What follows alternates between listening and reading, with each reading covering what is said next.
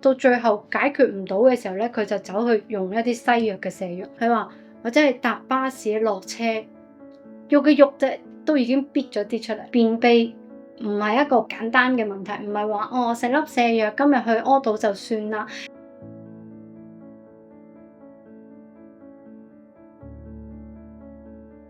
有一個病人啦，由20歲開始咧，佢就已經有呢個便秘嘅問題啦。明明我已經食好少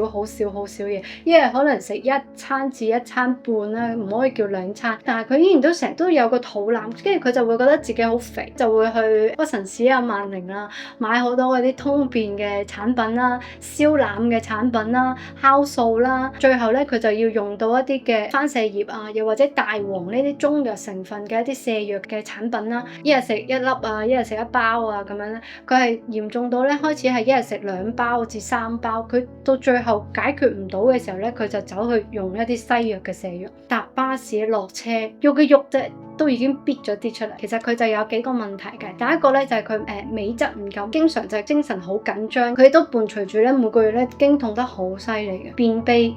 唔係一個簡單嘅問題，唔係話我食粒瀉藥今日去屙到就算啦。因為我哋排便嘅時候，其實係將我哋身體嘅毒素去排離開我哋嘅身體，就會有機會將呢啲毒素咧回吸翻身體，損傷咗我哋嘅肝臟啦。第二個，如果我哋將呢有膽汁嘅糞便2次回吸呢啲膽汁，包括一啲重金屬啦，一啲藥物嘅代謝物嘅毒素嘅嘢啦，又或者係我哋一啲過多嘅荷爾蒙咧，去排走離開我哋嘅身體。咁如果我哋經常將呢一啲嘅毒素回吸翻身體嘅時候咧，就會有機會咧產生咧大腸嘅息肉啦，甚至乎嚴重嘅話會有大腸癌啦。咁女士嘅話咧就有機會容易出現呢一個嘅我哋叫經前嘅綜合症啦，甚至乎會有一啲嘅乳腺嘅增生嘅問題啦。咁所以咧最緊要咧就係要補充足夠嘅鎂質啦，跟住之後亦都有足夠嘅好嘅益生菌啦，咁啊同時間有